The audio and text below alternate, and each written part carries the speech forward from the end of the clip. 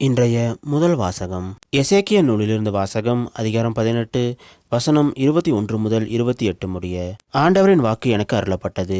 தீயவரோ தாம் செய்த பாவங்கள் அனைத்தையும் விட்டு மனமாறி என் நியமங்கள் அனைத்தையும் கைக்கொண்டு நீதியையும் நேர்மையையும் கடைபிடித்தால் அவர்கள் வாழ்வது உறுதி.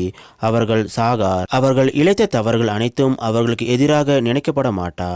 அவர்கள் கடைப்பிடித்த நேர்மையின் பொருட்டு அவர்கள் வாழ்வர். உண்மையில் பொல்லாரின் சாவையா நான் விரும்புகிறேன். அவர்கள் தம் வழியினின்று திரும்பி வாழ வேண்டும் என்பதன்றோ என் விருப்பம் என்கிறார் தலைவராகிய ஆண்டவர்.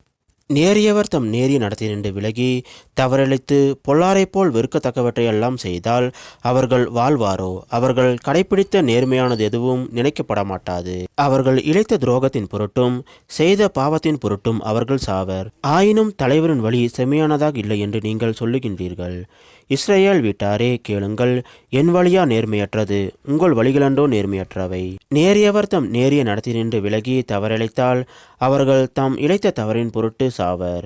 பொல்லார் தாம் செய்த பொல்லாப்பு நின்று விலகி நீதியையும் நேர்மையையும் கடைபிடித்தால் தம் உயிரை அவர்கள் காத்து கொள்வர். அவர்கள் உண்மையை கண்டுணர்ந்து தாம் செய்த குற்றங்கள் அனைத்து நின்றும் விலகிவிட்டால் அவர்கள் வாழ்வது உறுதி. அவர்கள் சாக மாட்டார்.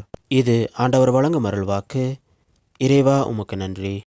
இன்றைய நற்செய்தி புனித மத்தேயு எழுதிய நற்செய்தியிலிருந்த வாசகம். அதிகாரம் 5 வசனம் 20 முதல் 26 முடிய. அக்காலத்தில் இயேசு தம் சீடரை நோக்கி கூறியது: மறைநூல் அறிஞர் பரிசேயர் ஆகியோரின் நெறியை விட உங்கள் நெறி சிறந்திருக்கட்டும். இல்லையெனில் நீங்கள் விண்ணரசுக்குள் புக முடியாது என உங்களுக்கு சொல்கிறேன். கொலை செய்யாதே, கொலை செய்கிறவர் எவரும் தண்டனை தீர்ப்புக்கு ஆளாவர் என்று முற்காலத்தவருக்கு கூறப்பட்டிருப்பதை கேள்விப்பட்டிருக்கிறீர்கள்.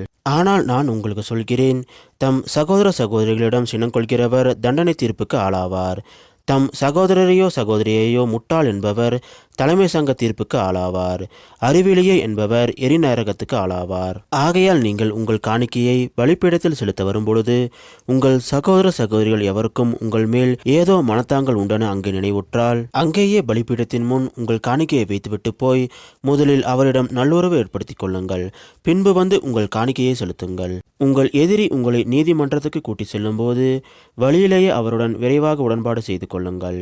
இல்லையேல் உங்கள் எதிரி நடுவரிடம் உங்களை ஒப்படைப்பார். நடுவர் காவலரிடம் ஒப்படைக்க நீங்கள் சிறையில் அடைக்கப்படுவீர்கள். கடைசி காசு வரை திரும்பி செலுத்தாமல் அங்கிருந்து வெளியேற மாட்டீர்கள் என உறுதியாக உங்களுக்கு சொல்கிறேன். இது கிறிஸ்து வழங்கும் நற்செய்தி. கிறிஸ்துவே உமக்கு புகழ்.